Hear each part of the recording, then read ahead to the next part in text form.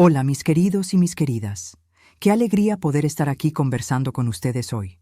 Soy Josefina Ramírez Hernández, tengo 73 añitos bien vividos. Nací en Malinalco, Estado de México, pero hoy vivo en esta tranquila villa de Tepoztlán, en Morelos. Es un lugar que me trae paz, ¿saben? Con ese aire puro de la montaña y esa vista que es una bendición de Dios todos los días. Hoy día, mi tiempo lo divido entre cuidar de mi huertecito en el fondo de la casa y hacer mis muñecas de tela que vendo en la feria de artesanías aquí en el pueblo. Comencé con estas muñequitas después de jubilarme como maestra. Ya hace unos 15 años. Recuerdo como si fuera ayer. Mi nietecita Lucía me pidió una muñeca diferente de aquellas que hacíamos antiguamente, no esas de plástico que se rompen fácilmente. Le hice una muñequita de tela con retazos coloridos que tenía guardados. Le puse detalles de listón y botones antiguos. La niña quedó tan feliz que todas sus amiguitas también quisieron una. Pronto las madres comenzaron a encargarlas, y así nació este pequeño trabajo que me da tanto placer. Mi rinconcito aquí es sencillo, pero acogedor. Tengo esta terraza con mis plantas, la hamaca donde me gusta mecerme en las tardes calurosas mientras tomo mi té de hierbabuena. Dentro de casa, monté un cuartito solo para mis costuras, con retazos organizados por color, hilos de todos tipos y mi máquina de coser antigua, que todavía funciona perfectamente. Es ahí donde paso gran parte de mi tiempo creando mis muñequitas mientras escucho la radio tocando las rancheras que tanto me gustan. Y antes de continuar mi historia, quería hacerles un pedido especial a ustedes que están viéndome. Cuéntenme aquí en los comentarios, ¿desde qué pueblito me están viendo y a qué hora del día encontraron este video? ¿De mañanita con el café, después de la comida o ya de nochecita? Yo siempre leo todos los comentarios y me pone muy contenta saber de dónde son ustedes y cuándo sacan un tiempito del día para escuchar las historias de esta abuelita. Cuéntenme, ¿sí? Y si pueden, dejen su like y suscríbanse al canal Memorias de las Abuelas para no perderse ninguna historia. Hoy quiero compartir con ustedes una parte de mi vida que ni mis nietos conocen. Una historia que guardé por muchos años porque duele recordar, pero que tal vez pueda ayudar a alguien que esté pasando por momentos difíciles.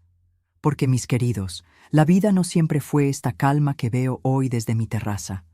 Hubo un tiempo en que el cielo se desplomó sobre mi cabeza y tuve que encontrar fuerzas donde ni sabía que existían.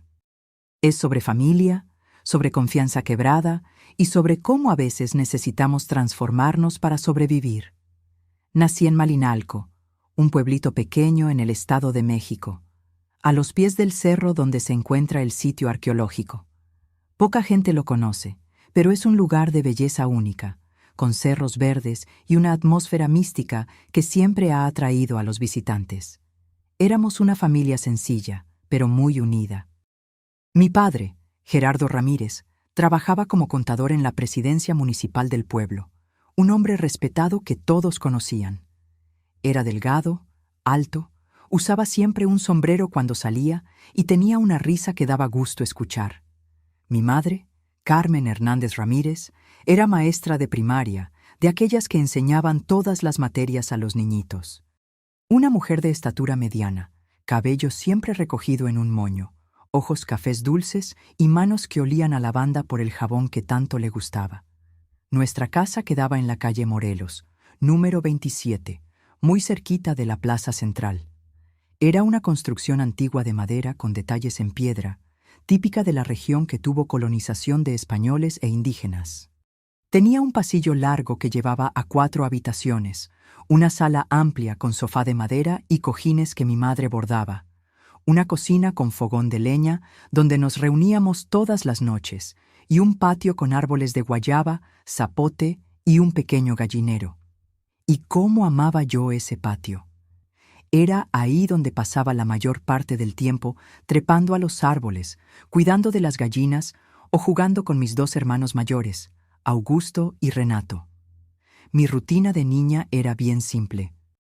Me despertaba tempranito con el canto del gallo, tomaba café con leche fresquita y pan casero con mantequilla que mamá hacía. Después iba a la escuela que quedaba a 4 cuadras de casa. Estudiaba por la mañana y volvía para la comida. Siempre frijoles con arroz, alguna verdura de la huerta y en los días buenos un pedacito de carne. Por la tarde, después de ayudar a mamá a lavar los trastes, podía jugar. Jugaba a las escondidas, a la roña, al avión o a la casita debajo del árbol de zapote, con mis amigas Lupita y Teresa, que vivían en la misma calle. Hacíamos nuestras muñecas de olote de maíz, vestidas con retazos que mamá guardaba de la costura. Los domingos eran días especiales.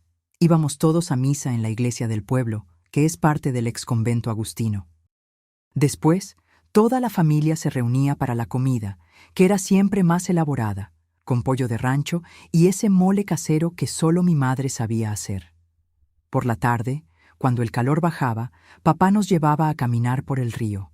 O bien recibíamos visitas de los vecinos para un café con pan de dulce y plática en la terraza. Era una vida sencilla, pero muy feliz. Pero cuando yo tenía 10 años, nuestra familia cambió para siempre. Mamá había intentado tener más hijos después de mí, pero no lo lograba. Fueron 3 embarazos perdidos, y cada vez ella quedaba más triste. Recuerdo haberla escuchado llorar bajito por las noches cuando creía que estábamos dormidos. Fue entonces que mis padres decidieron adoptar a un niño. «Vamos a darle un hogar a un niño que necesita amor», decía mamá con los ojos brillando de esperanza. Fue así que Julián llegó a nuestra familia. Tenía 8 años cuando vino a vivir con nosotros, 2 años menor que yo. Era un niño delgadito, de cabello oscuro y ojos grandes, siempre atentos. Al principio, era tímido, hablaba poco y observaba todo. Mamá tenía paciencia. Se sentaba con él horas en la terraza, contándole historias, enseñándole las letras, haciéndolo sentir parte de nuestra familia. Poco a poco, Julián fue soltándose. Tenía una sonrisa preciosa que iluminaba toda la casa cuando aparecía. Le encantaba ayudar a papá en la huerta. Tenía una manera especial con las plantas y dibujaba muy bien. Hacía dibujos hermosos que mamá colgaba orgullosa en la pared de la sala. Todo el pueblo comentaba lo bendecidos que éramos por haber recibido a ese niño en nuestra familia. «Parece un angelito caído del cielo», decían las señoras después de misa. En la escuela, Julián pronto se destacó. Era inteligente, aprendía todo con facilidad y los maestros siempre lo elogiaban. Yo me sentía orgullosa de mi hermano menor. Incluso Augusto y Renato, que ya eran adolescentes, disfrutaban enseñándole cosas. Nuestra casa se volvió más alegre con su llegada, como si un rayo de sol constante hubiera entrado por nuestras ventanas. Pero alrededor de los 12 años, comencé a notar algunos cambios sutiles en Julián. A veces, desaparecía después de la escuela y llegaba a casa con un olor extraño en la ropa. Cuando mamá le preguntaba dónde había estado, daba respuestas vagas o se ponía irritado. «Déjame en paz. Estoy cansado de que me estén vigilando», decía y subía a su cuarto azotando la puerta. Mamá miraba a papá con preocupación, pero él decía que era solo cosa de la edad, que pronto pasaría. Los fines de semana, Julián ya no quería ir al río o ayudar en la huerta. Pasaba horas fuera de casa con amigos que nadie de la familia conocía. Cuando volvía, sus ojos estaban diferentes, algo enrojecidos, y se reía sin motivo, o se quedaba callado en un rincón, como si estuviera en otro mundo. Mamá comenzó a llorar a escondidas otra vez, y yo escuchaba las conversaciones preocupadas de mis padres por la noche cuando creían que estábamos dormidos. «Creo que está andando con esa pandilla del cerro», decía papá, «esos muchachos que venden cosas que no deberían a los jóvenes». «Dios mío, Gerardo, ¿qué vamos a hacer? Es solo un niño todavía», respondía mamá con la voz entrecortada. Y así, aquel niño que parecía un ángel cuando llegó a nuestra casa se fue transformando poco a poco. Su sonrisa dulce dio lugar a una mirada desafiante. Las palabras amables fueron sustituidas por respuestas groseras, y aquella luz que traía consigo se fue apagando, dando lugar a una sombra que crecía día tras día en nuestra familia. Y ninguno de nosotros imaginaba lo oscura que esa sombra podría volverse. Cuando Julián cumplió 14 años, las cosas empezaron a cambiar de verdad. Ya no era solo una fase de la edad, como decía papá. Aquel niño dulce que llegó a nuestra casa se había transformado en un adolescente irreconocible. Comenzó a faltar a clases y la directora de la escuela, doña Beatriz, aparecía en casa por lo menos una vez por semana. Don Gerardo, Julián no aparece en la escuela hace 3 días, decía preocupada. Preguntamos a los compañeros y dijeron que anda con esa pandilla del cerro. El cerro de Teposteco, que debería ser un lugar de belleza y paz, como lo era para la mayoría de las familias de Tepoztlán, se había convertido en un punto de encuentro para jóvenes problemáticos. El pueblo, que antes era conocido solo por su naturaleza exuberante y las ruinas prehispánicas, donde hacíamos nuestros paseos los domingos de verano, ahora también tenía sus rincones oscuros, donde decían que vendían drogas y alcohol a menores. Recuerdo como si fuera hoy aquella noche de junio de 1965. Yo tenía 16 años y estaba ayudando a mamá a preparar la cena. Ella hacía un pozole rojo con carne de cerdo, de esos que solo ella sabía hacer, el favorito de papá. Julián no volvía a casa desde la mañana y mamá miraba por la ventana cada 5 minutos, preocupada. «Josefina, ya está oscureciendo y tu hermano no vuelve. Tengo un apretón en el pecho, hija». Traté de calmarla, diciéndole que debía estar en casa de algún amigo, que pronto volvería. Pero yo también sentía algo extraño, un presentimiento malo. No era normal que faltara a la cena. Por más rebelde que estuviera, Julián siempre aparecía para comer. Fue cuando oímos un ruido fuerte en la puerta de entrada. No era un golpe normal. Parecía que alguien se había lanzado contra ella. Mamá corrió a ver qué pasaba y yo fui justo detrás. Al abrir la puerta, Julián casi cayó dentro de casa. Estaba tambaleándose, con los ojos rojos y un olor fuerte a alcohol y algo quemado en la ropa. «Hijo mío, ¿qué te pasó?», mamá preguntó asustada, sujetándolo por los hombros. Julián la empujó con fuerza, haciéndola golpearse contra la pared. «Suéltame, vieja molesta. Estoy harto de que me controlen». Nunca olvidaré la expresión de impacto en el rostro de mi madre. Era como si hubiera recibido una bofetada, pero mucho peor. El hijo que tanto amaba, que ella había elegido para formar parte de nuestra familia, la estaba tratando como si fuera una extraña, una enemiga. «Julián, pide disculpas a mamá ahora mismo», grité, tomada por un valor que ni sabía que tenía. Él se volteó hacia mí con una mirada que me heló el alma. Ya no era la mirada de mi hermanito, era la mirada de un extraño, alguien que no reconocía. «Cállate, idiota, ustedes no mandan en mí, nadie manda». Subió las escaleras, dando pisotones, y se encerró en su cuarto. Mamá lloraba silenciosamente, apoyada en la pared. Fui hasta ella y la abracé. «Vamos a llamar a papá, mamá. Necesita volver más temprano hoy».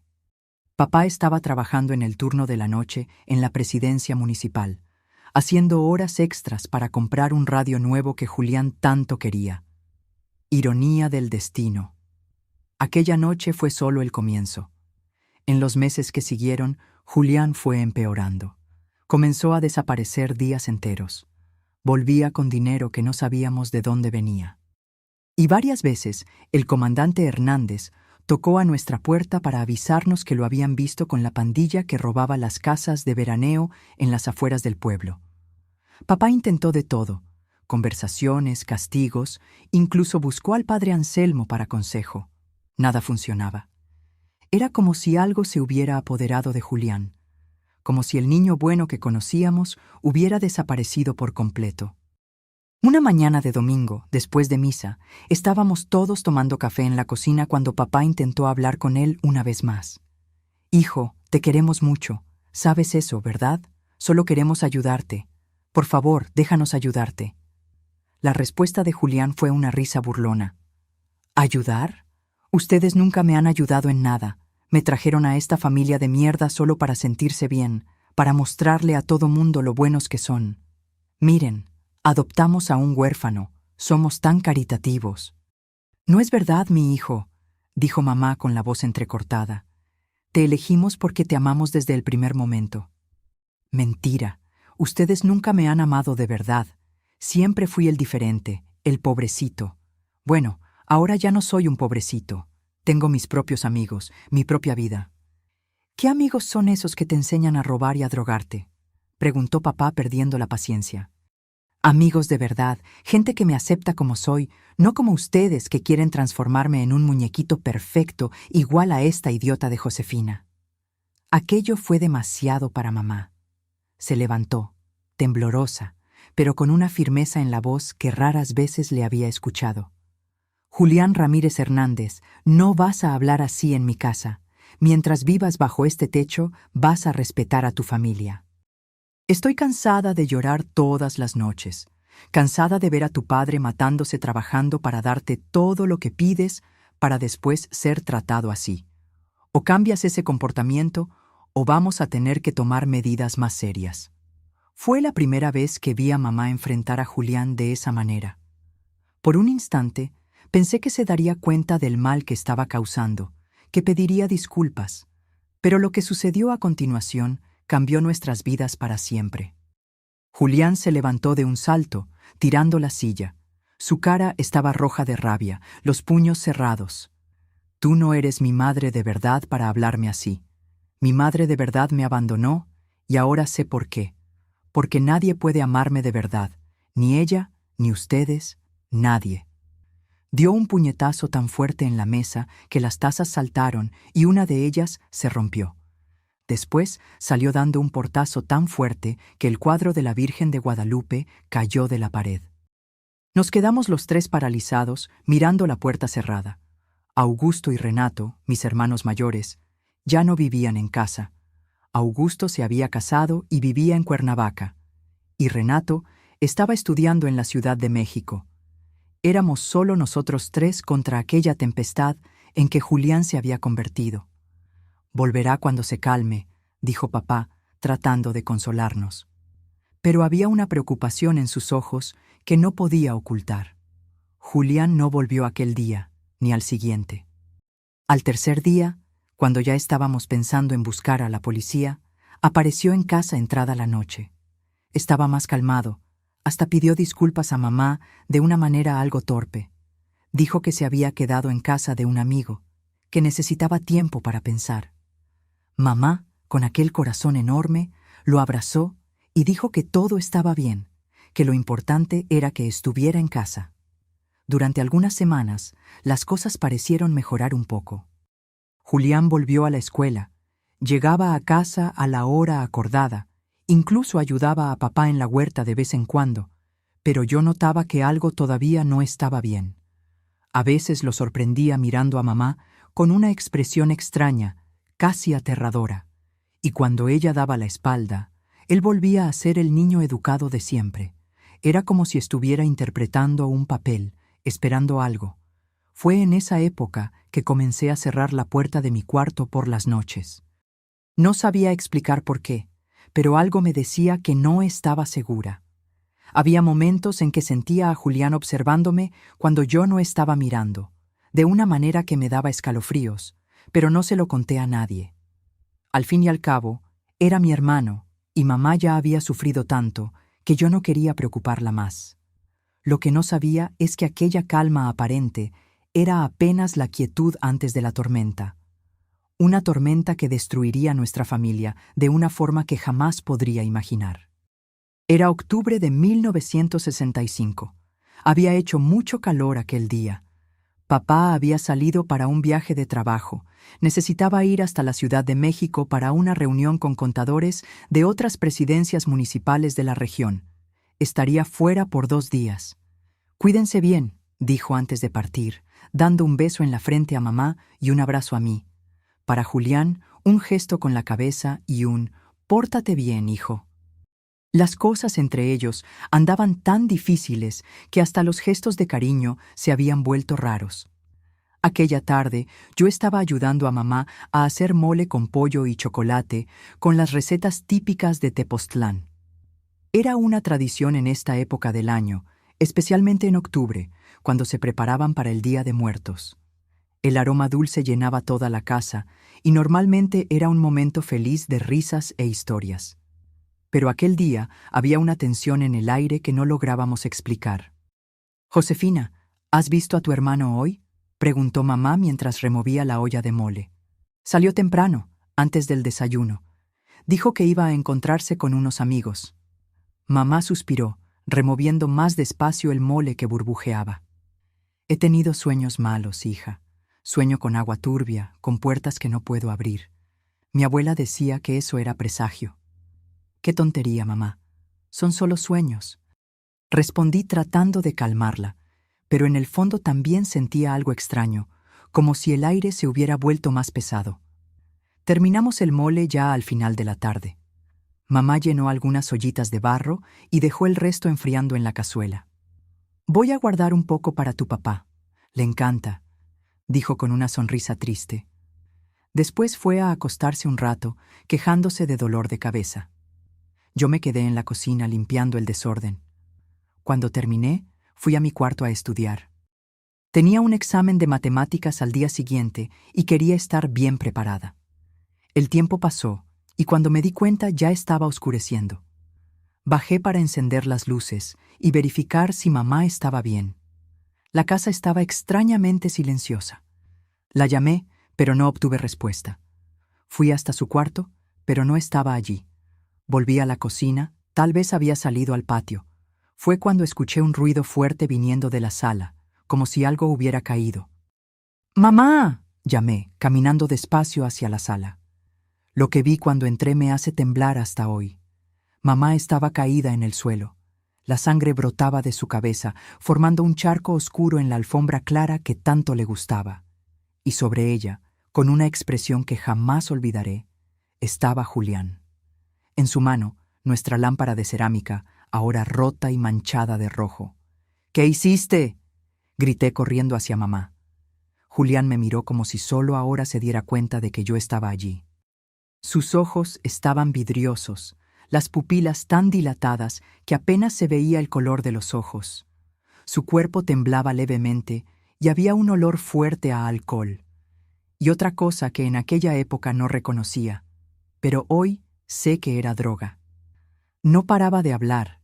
Hablaba, hablaba, hablaba, diciendo que yo estaba destruyendo a la familia, que yo era una decepción. Murmuró, mirando la lámpara en su mano, como si no entendiera cómo había llegado allí. Me arrodillé junto a mamá, aterrorizada. No conseguía sentir su respiración.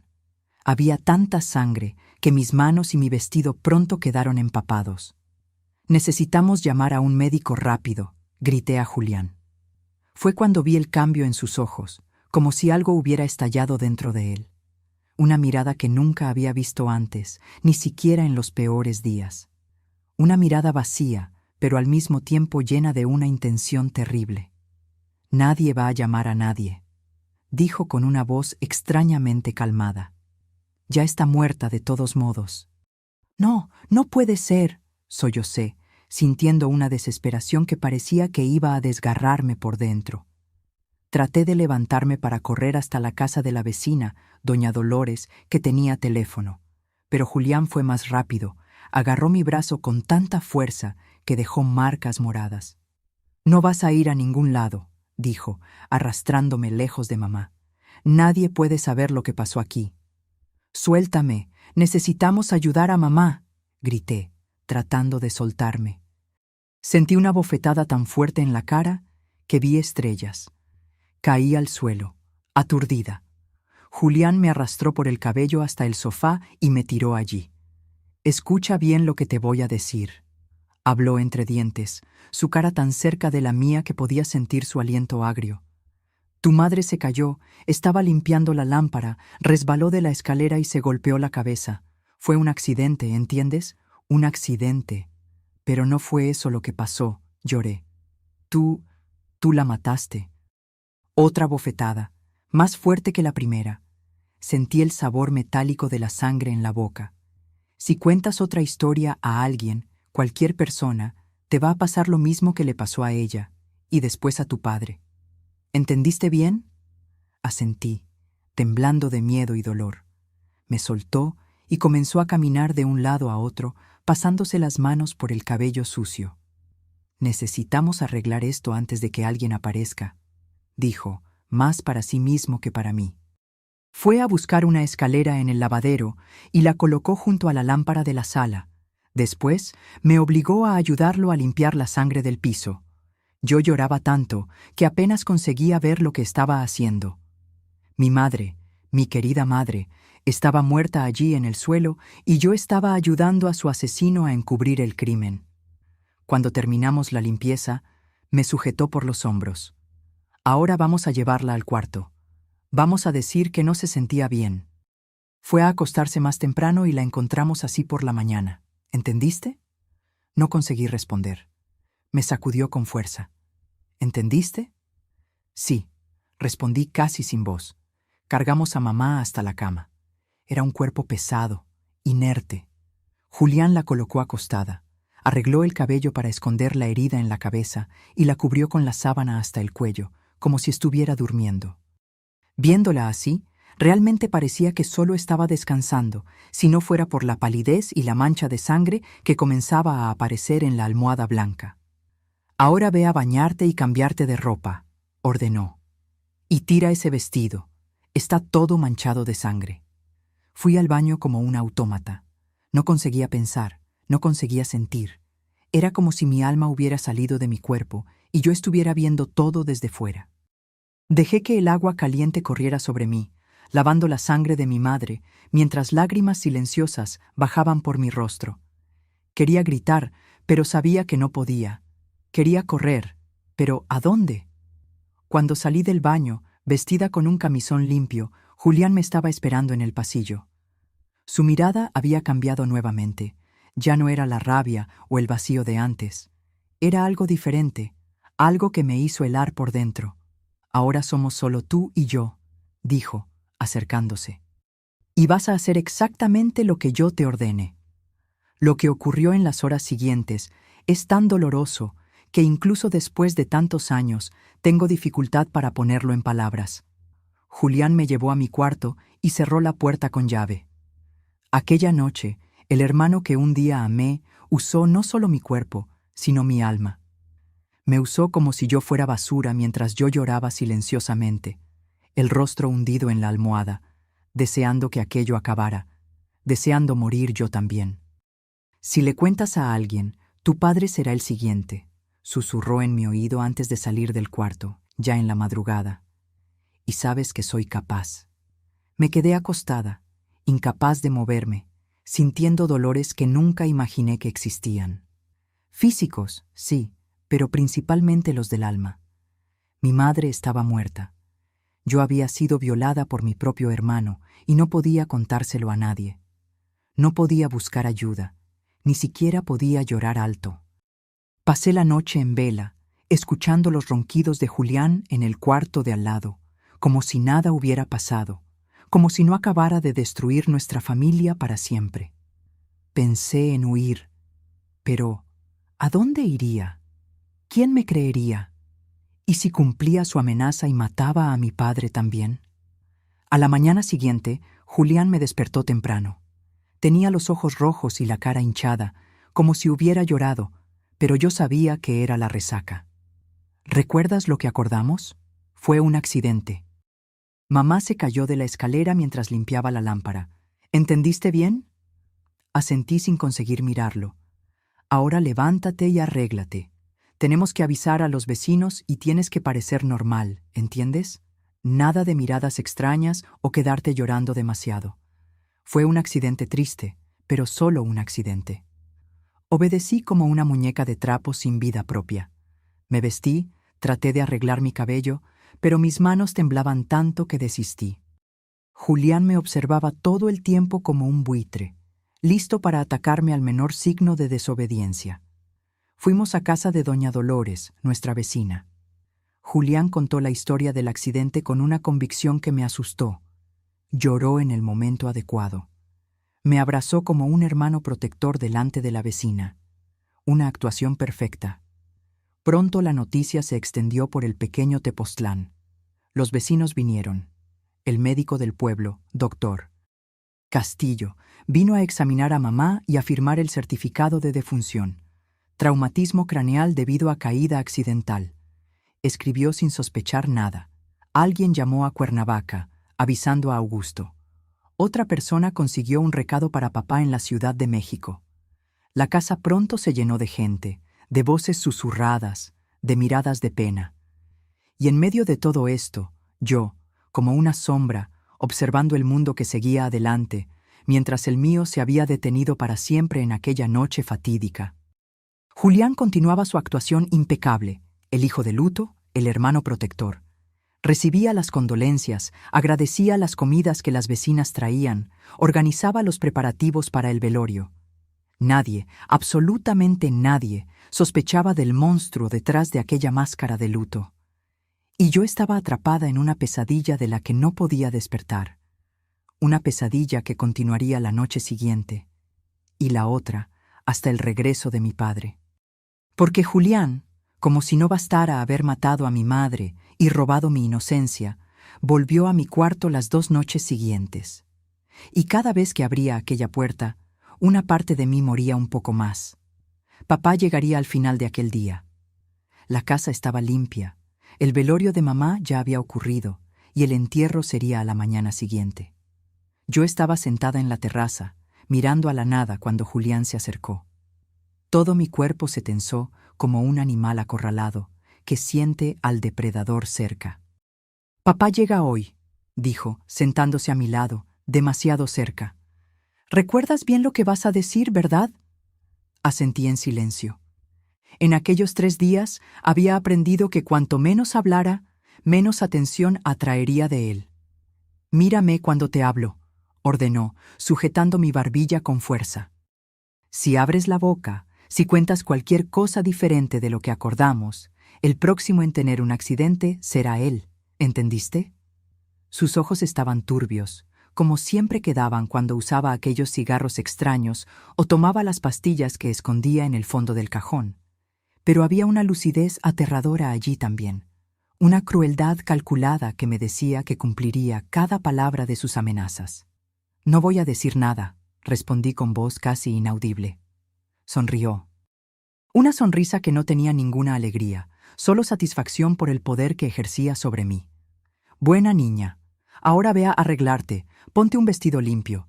Tienes que estar presentable cuando papá llegue».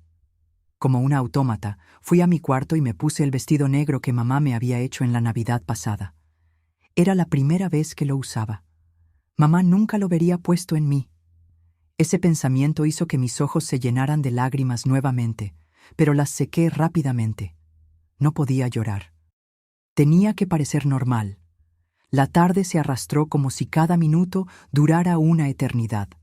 Los vecinos continuaban viniendo, trayendo comida, palabras de consuelo que no significaban nada para mí. Julián los recibía siempre atento, siempre interpretando el papel del hijo de luto, del hermano protector. Y todos le creían. Nadie veía al monstruo detrás de aquella máscara de luto. Cuando el auto de la presidencia municipal se detuvo frente a nuestra casa, trayendo a papá de regreso, sentí mi corazón acelerarse. Una parte de mí quería correr hacia él, contarle todo, implorar protección, pero la otra parte, la que había sido quebrada en aquellos días, sabía que eso sería una sentencia de muerte para él. Papá bajó del coche con el rostro devastado. Alguien había conseguido avisarle en la Ciudad de México y volvió lo más rápido que pudo. Sus ojos buscaron los míos tan pronto como entró en casa, y lo que vi en ellos me partió el corazón una vez más. Un dolor profundo, una confusión, como si no consiguiera creer en lo que estaba pasando. «Josefina», murmuró, abriendo los brazos. Corrí hacia él y lo abracé con toda la fuerza que tenía. Quería quedarme allí para siempre, protegida, segura. Pero sobre el hombro de él vi a Julián observándonos, los ojos fríos recordándome nuestro acuerdo. «Papá, lo siento mucho», lloré, y por primera vez desde lo ocurrido las lágrimas vinieron genuinas, incontrolables. «¿Qué pasó, hija? ¿Cómo? ¿Por qué?» No conseguía formar frases completas. El dolor era demasiado grande. Antes de que pudiera responder, Julián se acercó, poniendo la mano en mi hombro con fuerza suficiente para lastimarme, pero de una manera que parecía solo un gesto de consuelo a los ojos de papá. «Fue un accidente terrible, papá», dijo, con la voz entrecortada. Mamá estaba limpiando la lámpara, usó la escalera vieja y se cayó. Se golpeó la cabeza. Cuando la encontramos, papá cayó de rodillas, sollozando como un niño. Julián se arrodilló junto a él, abrazándolo, mientras me miraba por encima del hombro de papá. Una mirada que decía claramente: «¿Ves cómo se hace?». Aquella noche fue la más larga de mi vida. Papá no conseguía parar de llorar. Los vecinos se turnaban para quedarse con nosotros, pero eventualmente se fueron, dejando solo a nuestra familia destrozada, un padre destruido por el dolor, una hija atrapada en una pesadilla y el monstruo que había causado todo aquello. Cuando finalmente fui a mi cuarto, tarde en la noche, cerré la puerta con llave y empujé la cómoda contra ella. No aguantaría una noche más en manos de Julián. Prefería morir. Pero aún así me quedé despierta toda la noche, sentada en la cama, abrazada a mis rodillas, temblando con cada ruido en el pasillo, imaginando que en cualquier momento él podría derribar la puerta. El entierro al día siguiente fue como una mancha borrosa en mi memoria. Tantas personas, tantas palabras vacías de consuelo. Papá parecía un fantasma pálido, los ojos rojos de tanto llorar. Julián continuaba su teatro recibiendo condolencias, agradeciendo la presencia de todos. Y yo estaba allí, parada al lado del féretro de mi madre, incapaz de decir adiós, incapaz de procesar que nunca más escucharía su voz, sentiría su abrazo. En los días que siguieron, una rutina sombría se instaló en nuestra casa. Papá apenas conseguía salir de la cama. Julián asumió el control de todo. Pagaba las cuentas, hacía compras, cocinaba. A los ojos de todos, era el hijo perfecto, cuidando de la familia en un momento tan difícil. Nadie sabía que venía a mi cuarto todas las noches, que yo tenía que mantenerla cómoda contra la puerta y fingir que estaba durmiendo para que desistiera después de golpear algunas veces. 2 semanas después del entierro, noté que Julián estaba cada vez más irritado con mis rechazos. Sus golpes en la puerta de mi cuarto eran más fuertes. Sus amenazas, susurradas en el desayuno, más intensas. Sabía que no conseguiría mantener aquella resistencia por mucho tiempo. Él acabaría encontrando un modo de entrar, o peor, podría descargar su frustración en papá, que estaba tan frágil que cualquier cosa podría quebrarlo definitivamente.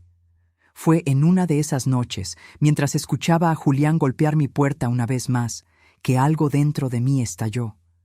No era solo miedo lo que sentía ahora, era rabia. Una rabia tan intensa, tan primitiva, que casi me asustó a mí misma. ¿Cómo se atrevía a hacer aquello con nuestra familia? ¿Cómo osaba destruir todo lo que mamá había construido con tanto amor?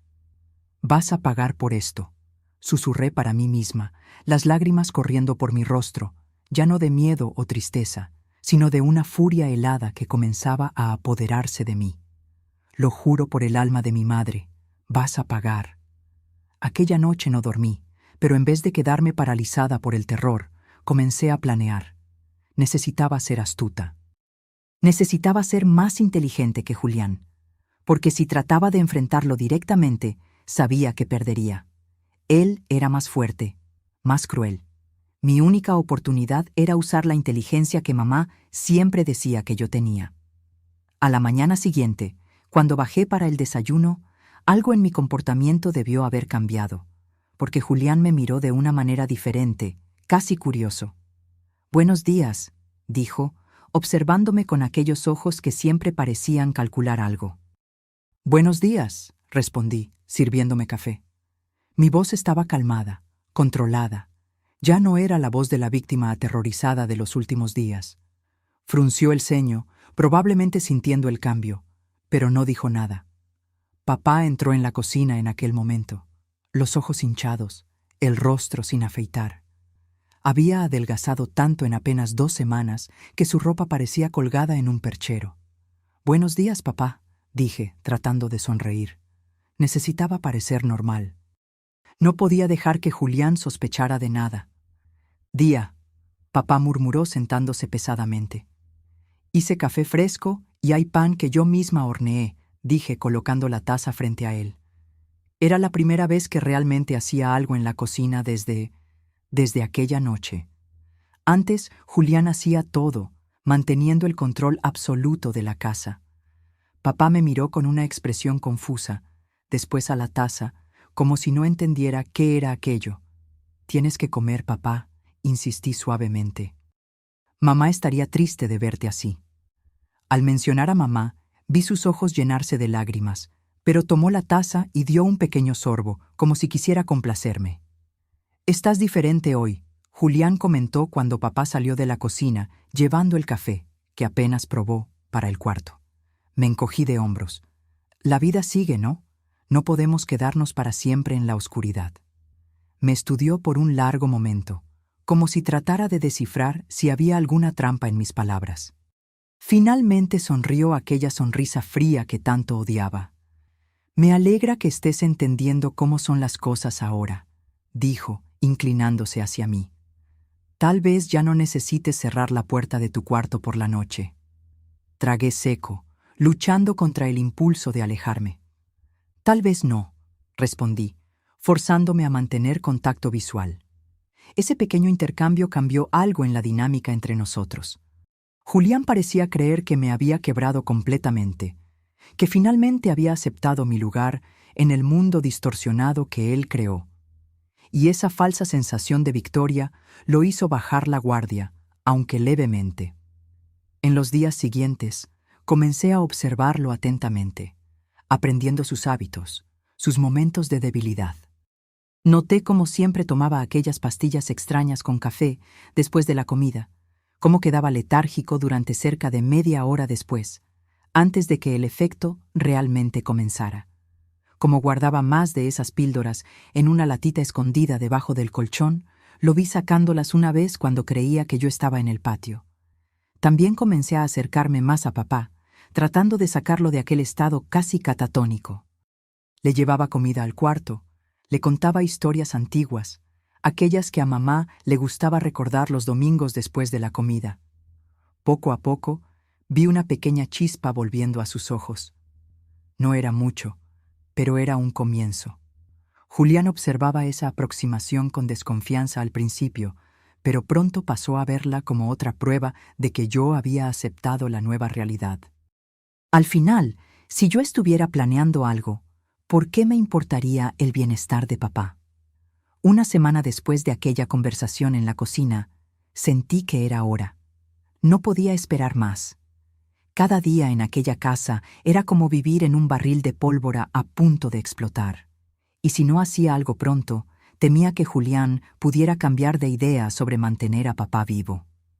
Esperé el momento adecuado. Era un miércoles. Papá había ido al médico en el pueblo, su primera salida de casa desde el entierro. Julián estaba inquieto, caminando de un lado a otro, fumando uno de aquellos cigarros que lo dejaban extraño. ¿Quieres que te prepare un café?, pregunté, tratando de sonar casual. Pareces nervioso. Me miró, sorprendido con la oferta. Normalmente yo hacía de todo para mantenerme lejos de él cuando estábamos solos en casa. Puede ser, respondió, todavía desconfiado.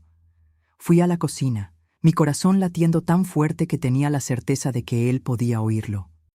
Saqué el café más fuerte que teníamos, aquel que papá guardaba para ocasiones especiales. Mientras el agua se calentaba, saqué del bolsillo de mi vestido las pastillas que había robado de la latita de Julián la noche anterior, cuando estaba en el baño. No sabía exactamente qué eran, pero había visto el efecto que causaban en él. Si una o dos lo dejaban en aquel estado letárgico antes de la euforia, ¿qué pasaría si tomaba varias? Mi mano temblaba mientras trituraba las 6 pastillas en el mortero que mamá usaba para condimentos, transformándolas en polvo fino que mezclé al café. ¿Está tardando mucho?, Julián gritó desde la sala. Ya voy, respondí sirviendo el café en la taza. Agregué bastante azúcar para disimular cualquier sabor extraño y se lo llevé. Julián tomó la taza, mirándome fijamente como si buscara alguna señal de traición. Tomó un pequeño sorbo, después otro. Está bueno, dijo, sorprendido. Lo hiciste diferente. Usé el café especial de papá. Pensé que te lo merecías, respondí forzando una sonrisa. Sonrió de vuelta, aquella sonrisa que no llegaba a los ojos, y continuó bebiendo. Me senté en el sillón frente a él, fingiendo leer una revista, pero observándolo por encima de las páginas. Poco a poco, vi los efectos comenzar. Primero, se relajó más, hundiéndose en el sofá. Después, sus ojos comenzaron a ponerse pesados y parpadeaba lentamente, como si luchara contra el sueño. «Qué café extraño», murmuró, la voz ya arrastrada. «¿Qué le...?» No terminó la frase. Su cabeza se inclinó hacia un lado y la taza se resbaló de su mano, derramando el resto del café en la alfombra. La misma alfombra donde la sangre de mamá había formado un charco aquella noche horrible. Me levanté despacio, el corazón todavía acelerado, y me acerqué. Julián estaba inconsciente, la respiración pesada e irregular. Por un momento sentí una punzada de miedo. ¿Y si había exagerado en la dosis? ¿Y si moría? Pero pronto alejé ese pensamiento. Después de lo que hizo, sería apenas justicia. No tenía mucho tiempo. Papá volvería del médico en breve y yo necesitaba estar lista. Corrí al cuarto de Julián y comencé a revolver sus cosas. Encontré más de aquellas pastillas en la latita debajo del colchón, una bolsita con un polvo blanco escondido dentro de un calcetín en el fondo del cajón y una pequeña pistola envuelta en una camisa vieja. Cogí todo y lo llevé a la sala, colocándolo al lado de él en el sofá. Después fui hasta el teléfono y marqué el número de la comandancia. «Comandancia de Tepoztlán, comandante Hernández hablando», respondió la voz ronca del otro lado de la línea. «Comandante, soy Josefina Ramírez», hablé, la voz temblorosa pero decidida. «Necesito que venga urgentemente a mi casa. Es sobre la muerte de mi madre. No fue un accidente». El comandante Hernández llegó en menos de 15 minutos. Cuando abrí la puerta, vi que había traído también al oficial García, un hombre corpulento con un bigote espeso que inspiraba respeto. Los dos me miraron con una mezcla de curiosidad y preocupación. «¿Dónde está tu hermano, niña?», preguntó el comandante quitándose el sombrero al entrar. «En la sala», respondí, conduciéndolos. «Está inconsciente». Cuando entramos, Julián continuaba desvanecido en el sofá, respirando pesadamente con las drogas y la pistola expuestas a su lado. El comandante miró aquella escena y frunció el ceño. «¿Qué pasó aquí?». Respiré hondo. Era hora de la verdad. Una verdad que estaba presa dentro de mí como un veneno corrosivo desde hacía casi 3 semanas. «Mi madre no murió en un accidente», comencé, sintiendo las palabras salir como piedras de mi garganta. «Julián la mató. Yo lo vi todo». El comandante y el oficial intercambiaron miradas graves. El comandante me hizo un gesto para que continuara. Con voz temblorosa, pero decidida, conté todo. Cómo Julián había llegado drogado aquella noche, cómo discutió con mamá, cómo la golpeó con la lámpara. Conté cómo me obligó a ayudarlo a encubrir el crimen, cómo me amenazó a mí y a mi padre. Y finalmente, con lágrimas corriendo por el rostro, conté sobre los abusos que sufrí en las noches siguientes. El oficial García palideció visiblemente durante mi relato, su mano instintivamente yendo hacia la pistola en su cinturón cuando mencioné aquellos actos repugnantes. El comandante Hernández se mantuvo impasible, pero sus ojos revelaban una furia contenida. «¿Por qué no dijiste nada antes, niña?», preguntó cuando terminé. «Amenazó con matar a mi padre si contaba algo», respondí secando las lágrimas con la manga del vestido. Yo sabía que sería capaz. Después de lo que vi, tenía la certeza de que no dudaría. En ese momento, Julián comenzó a moverse en el sofá, murmurando algo ininteligible. El oficial García rápidamente se posicionó sobre él, esposas en mano. «¿Y cómo quedó en este estado?», preguntó el comandante, observando a Julián con desprecio. Conté sobre el café con las pastillas. No mentí. No tenía más nada que esconder. Si eso me traía problemas, que así fuera, No aguantaba más vivir en aquel infierno. Para mi sorpresa, el comandante apenas asintió. Legítima defensa, murmuró, más para sí mismo que para mí. Cualquier juez lo entendería. Julián despertó completamente cuando el oficial García colocó las esposas en sus muñecas. Sus ojos, todavía turbios por las drogas, se agrandaron al ver a los policías. Después se fijaron en mí con un odio tan intenso que me hizo retroceder. ¡Traidora!, rugió tratando de levantarse, pero el oficial lo mantuvo firmemente presionado contra el sofá. «¡Vas a pagar por esto! ¡Voy a matarte! ¡Voy a matar a tu padre!».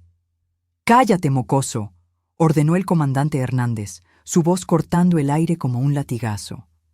«Estás detenido por el asesinato de Carmen Hernández y por el abuso de Josefina Ramírez. Todo lo que digas puede y será usado contra ti en el tribunal». Julián continuó gritando amenazas mientras lo arrastraban fuera de la casa, pero sus palabras ya no me afectaban como antes. Era como si un peso enorme hubiera sido quitado de mis hombros. Por primera vez en semanas, respiré sin sentir aquella opresión en el pecho. El oficial García llevó a Julián para la patrulla mientras el comandante permaneció conmigo. «Vamos a necesitar una declaración oficial en la comandancia», dijo, su voz ahora más suave. «Y vas a necesitar pasar por un examen médico». Asentí, sintiendo un rubor de vergüenza subir por mi rostro, pero sabía que era necesario. «¿Y mi papá?», pregunté. «¿Cómo le voy a contar?». El comandante puso su mano en mi hombro, un gesto paternal que me recordó dolorosamente a mamá. «¿Quieres que esté aquí cuando llegue? Puedo ayudar a explicar». «Por favor», respondí agradecida por la oferta. No esperamos mucho. Pronto oímos el auto detenerse frente a la casa y papá entró, parándose abruptamente al ver al comandante Hernández en la sala. «¿Qué pasó?», preguntó, el rostro pálido de preocupación. «¿Dónde está Julián?». El comandante hizo un gesto para que se sentara y papá obedeció, pareciendo todavía más envejecido y frágil bajo la luz de la tarde que entraba por las ventanas. «Don Gerardo», comenzó el comandante, «tengo noticias difíciles. Su hija nos ha contado la verdad sobre la muerte de doña Carmen». Vi el rostro de papá contraerse en confusión. «¿La verdad? Pero fue un accidente. Se cayó de la escalera». «No, papá», intervine, sentándome a su lado y sujetando sus manos. «No fue un accidente. Julián, él...». Las palabras quedaron atascadas en mi garganta. ¿Cómo decirle a un padre que su hijo adoptivo, aquel que acogió con tanto amor, había asesinado a su esposa y abusado de su hija?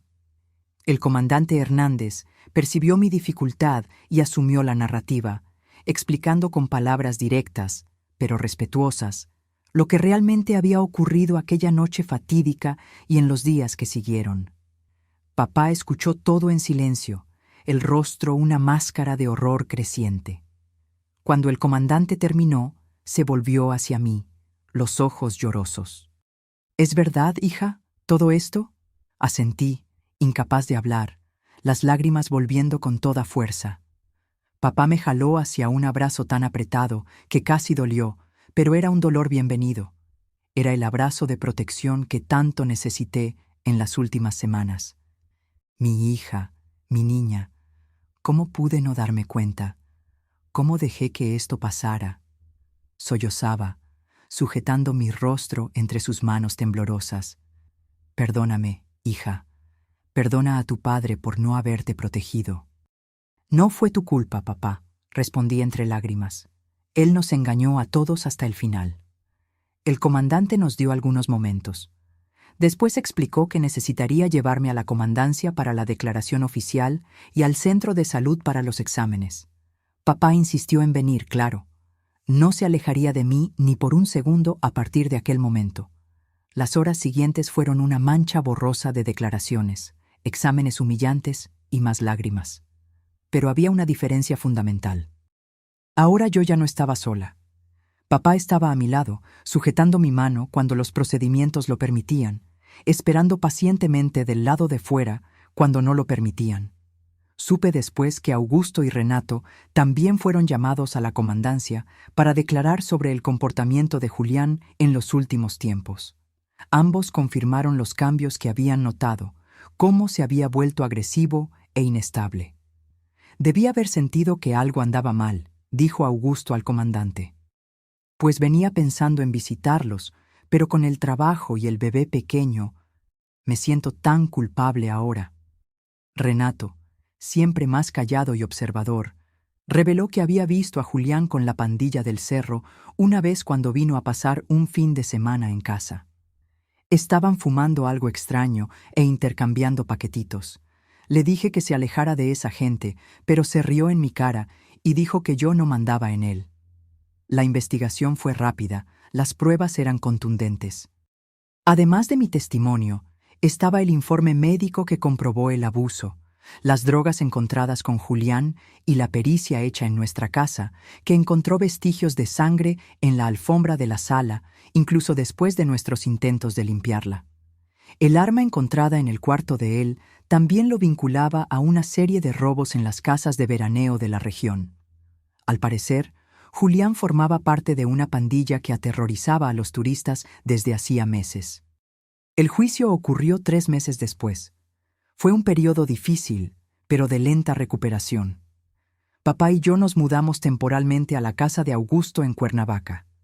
No conseguíamos permanecer más en aquella casa en Tepoztlán, donde cada rincón nos recordaba lo que habíamos perdido y el horror que habíamos vivido.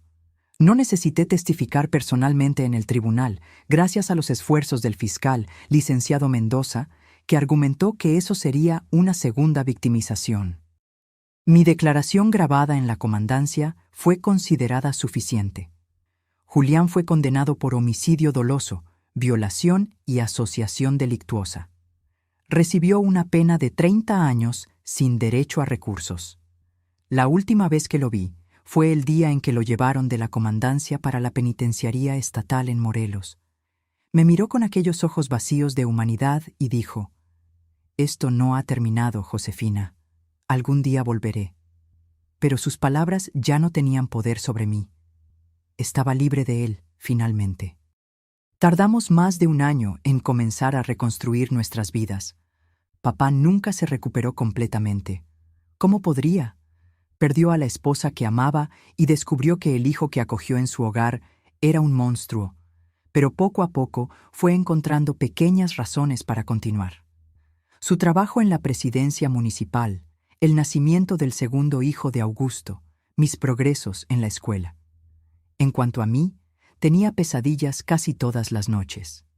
Despertaba gritando, sudando frío, creyendo que Julián estaba en el cuarto. Papá venía corriendo, me abrazaba hasta que dejara de temblar, murmurando palabras de consuelo que lentamente comenzaron a tener sentido. El doctor Orozco, médico de la familia desde hacía años, nos recomendó que yo conversara con doña Mercedes, una señora que ayudaba a personas con problemas del alma, como él delicadamente lo expresó. Hoy entiendo que ella era lo que llamarían una terapeuta, pero en aquella época, en un pueblo pequeño del interior, esas cosas no tenían nombre. Doña Mercedes me recibió en su casa de madera, en las afueras de Cuernavaca, con un té de manzanilla y una paciencia infinita. Fue la primera persona con quien conseguí realmente hablar sobre todo lo que había ocurrido, sin miedo a ser juzgada o compadecida. «Lo que te pasó no es lo que tú eres», me dijo en uno de nuestros encuentros. «Es algo que te ocurrió a ti, no algo que tú eres». Aquellas palabras fueron como una semilla plantada en suelo árido. Tardó en germinar, pero cuando finalmente brotó, cambió todo. Poco a poco, con la ayuda de doña Mercedes, de papá, de mis hermanos y de algunos pocos amigos que no se alejaron después del escándalo, comencé a reconstruirme. No era la misma Josefina de antes. Aquella niña inocente había muerto en aquella noche de octubre. Pero la nueva Josefina, que emergía de las cenizas, era más fuerte, más resiliente. En 1967, 2 años después de la tragedia, tomé una decisión que cambiaría el rumbo de mi vida. No quería seguir viviendo en Cuernavaca, donde, a pesar de ser una ciudad más grande que Tepoztlán, Todavía éramos conocidos como la familia de aquel caso. Quería un nuevo comienzo verdadero en un lugar donde nadie supiera de nuestra historia, donde pudiéramos ser simplemente una familia más. «Quiero ir a Puebla, papá», anuncié durante la cena. Una compañera de la escuela me habló sobre Cuetzalán. Es un lugar hermoso, con cascadas, montañas, aire puro. ¿Podemos empezar de nuevo allá? Papá me miró largamente, después asintió. Si es lo que quieres, hija, entonces es para allá que iremos. Vendimos nuestra casa en Tepoztlán, juntamos nuestros pocos ahorros y partimos hacia Puebla para una nueva vida que en aquel momento era apenas una promesa distante de paz.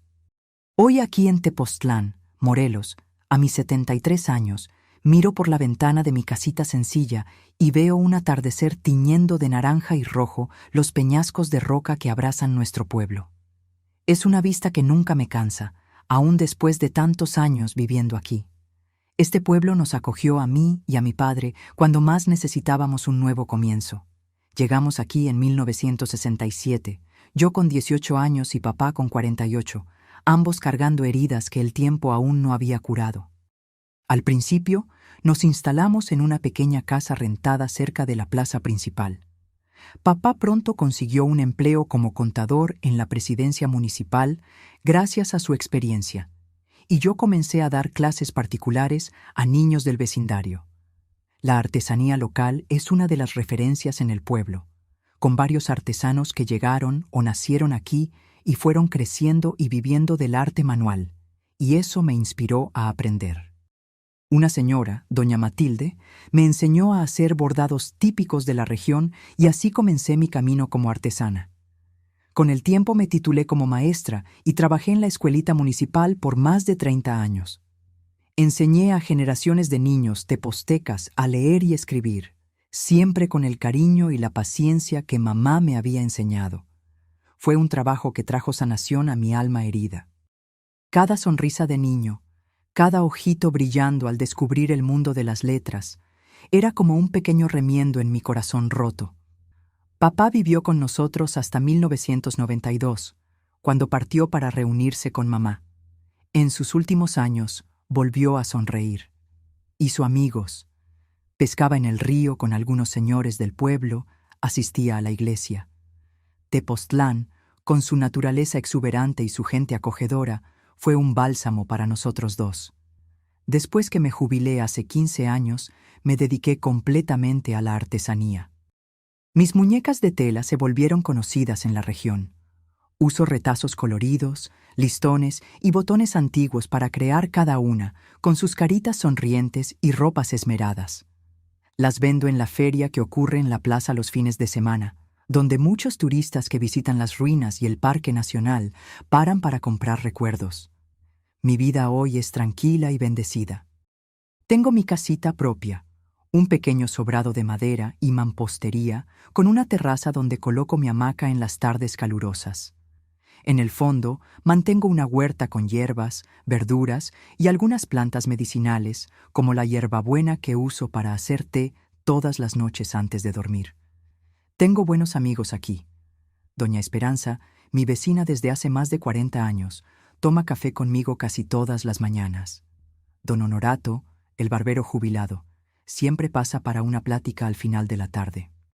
Y los niños del vecindario me llaman abuelita Josefina, incluso los que no son mis nietos de verdad. La gastronomía de la región está fuertemente influenciada por las tradiciones indígenas y por la cultura mexicana, algo que aprendí a apreciar con el tiempo. Me gusta preparar mole verde en ocasiones especiales y mi arroz con hoja santa es famoso entre los vecinos. Mis sobrinos, hijos de Augusto y Renato, vienen a visitarme regularmente, trayendo a los pequeños para pasar las vacaciones de verano aquí, cuando ocurre el Festival de Danzantes Voladores. Es una alegría ver la casa llena, oír risas de niños corriendo por el patio, como en los tiempos en que nuestra familia todavía estaba completa. Me casé una vez con Martín, un profesor de historia que conocí en la escuela donde trabajábamos. Fueron 10 años felices, pero él partió temprano, víctima de un infarto. No tuvimos hijos, pero sus sobrinos también me consideran como abuela, lo que me llena de alegría. Las cicatrices del pasado todavía están aquí, no voy a negarlo.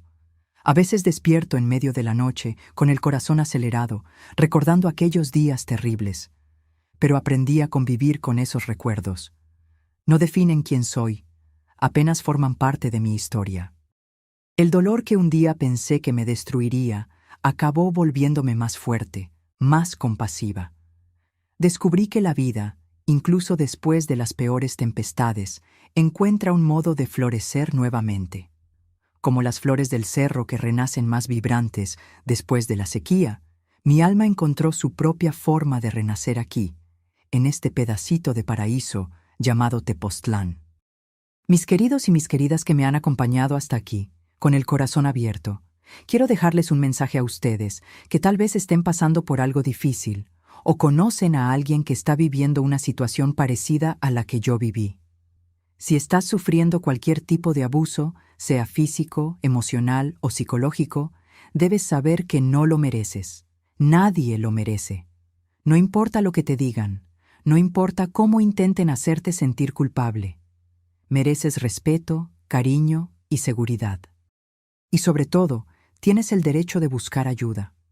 Sé que puede parecer imposible salir de una situación así. El miedo paraliza, las amenazas aterrorizan, la vergüenza silencia. Lo entendí en carne propia. Cuando estás en medio de la tormenta, es difícil creer que un día el sol volverá a brillar. Pero brillará, mi vida, brillará, sí. Aprendí que la edad no define nuestra fortaleza, sino nuestra capacidad de recomenzar cada día. Incluso cuando parece que no hay salida, siempre hay un camino que aún no vemos. Fue así conmigo. En los momentos más oscuros, cuando creí que no tenía por qué continuar, encontré dentro de mí una fuerza que ni sabía que existía. Mis arrugas son mapas de supervivencia. Cada una cuenta una historia de dolor superado. Pasé por cosas que pensé que me destruirían completamente, pero estoy aquí contando mi historia con la esperanza de que pueda ayudar a alguien. La vida me enseñó que hasta en la oscuridad más profunda, nuestra luz interior nunca se apaga.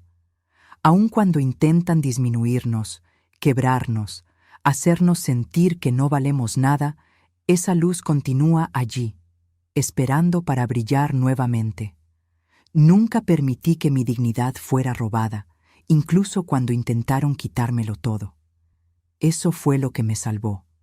Recordar, aún en los peores momentos, que yo seguía siendo yo, que todavía tenía valor, que merecía una vida mejor. Descubrí que somos más fuertes de lo que imaginamos, especialmente cuando pensamos que ya no aguantamos más. Es justamente cuando creemos que llegamos a nuestro límite, que descubrimos que podemos dar un paso más, y otro más, y otro más. El tiempo no cura todas las heridas, pero nos enseña a vivir con ellas y aún así sonreír. Las cicatrices continúan allí. A veces duelen cuando el clima cambia, cuando algo las toca, pero aprendemos a convivir con ellas. Se vuelven parte de nosotros, pero no nos definen. Mi historia no es sobre lo que me hicieron, sino sobre cómo elegí responder. Cada día es una elección, dejar que el pasado me consuma o usarlo como combustible para construir algo mejor. Elegí la segunda opción y es eso lo que deseo para ti también. En cualquier país, en cualquier cultura, busca ayuda. Acude a las autoridades locales, organizaciones de protección, personas de confianza. Hoy existen muchos recursos disponibles para quien vive situaciones de abuso, muchos más que en mi época. No sufras en silencio. Tu voz importa. Tu vida importa. Observa a tu alrededor. Aprende a reconocer las señales de abuso. El aislamiento, el control excesivo, las humillaciones, las amenazas. Si ves esto ocurriendo con alguien cercano, extiende tu mano. A veces, todo lo que una persona necesita es saber que no está sola, que alguien se preocupa, que existe una salida. La comunidad tiene un papel fundamental en estas situaciones. Familiares, amigos, vecinos, compañeros de trabajo. Todos podemos hacer la diferencia en la vida de alguien que está sufriendo. No cierres los ojos. No finjas que no viste. Ofrece ayuda, aunque sea simplemente escuchar sin juzgar. Y si has pasado por algo parecido a lo que yo pasé y conseguiste sobrevivir, comparte tu historia también. No necesita ser para el mundo entero. Puede ser apenas para una persona que sabes que necesita escucharla. Las historias de superación son como semillas. Las plantamos sin saber exactamente qué frutos darán, pero confiando en que algo bueno crecerá de allí. Mis queridos y mis queridas de corazón, si conoces a alguien que está atrapado en un ciclo de violencia doméstica o cualquier tipo de abuso, comparte este video inmediatamente. Cada minuto cuenta cuando se vive en el infierno. Tus acciones pueden salvar una vida hoy, ahora mismo. No esperes hasta mañana, porque para muchas víctimas el mañana puede no llegar. Haz clic en suscribirse y activa la campanita para que estos mensajes de esperanza puedan alcanzar a quien más los necesita.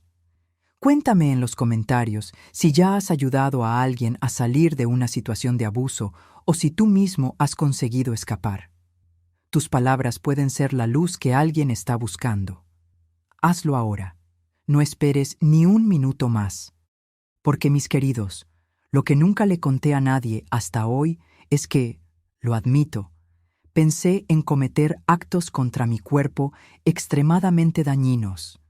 Yo era una persona muy débil mentalmente y eso me hacía sufrir por cosas que estaban fuera de mi control. Por eso, quiero que todos los que me han visto hasta ahora comenten en los comentarios la siguiente palabra: fuerza. Gracias a todos los que me han visto hasta aquí. Un abrazo.